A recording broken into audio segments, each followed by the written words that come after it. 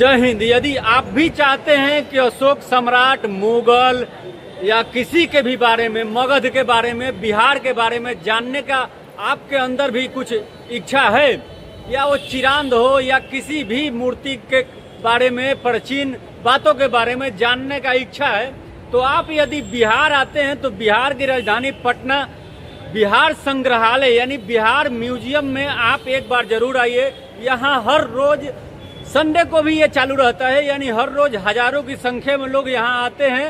यहाँ बड़े लोगों के लिए 100 रुपया और छोटे लोगों के लिए 50 रुपया टिकट का दाम है। आपका वो 100-50 रुपया ऐसे ही वसूल हो जाएगा जब आप भारत और मगध के प्राचीन इतिहास से जब आपको दर्शन होगा तो आप बहुत सारे कुछ को अनुभव कर पाएंगे, देख पाएंगे। तो आप भी यदि पटना आते हैं तो बिहार संग्रहालय आइए। और क्या आप कभी इससे पहले आके घूमे हैं कि आपको बिहार और बिहार से जुड़ा मगध प्राचीन चीजों के बारे में क्या जानते हैं? आप अपना राय कमेंट बॉक्स में लिखिएगा। फिर मिलेंगे, तब तक के लिए जय हिंद।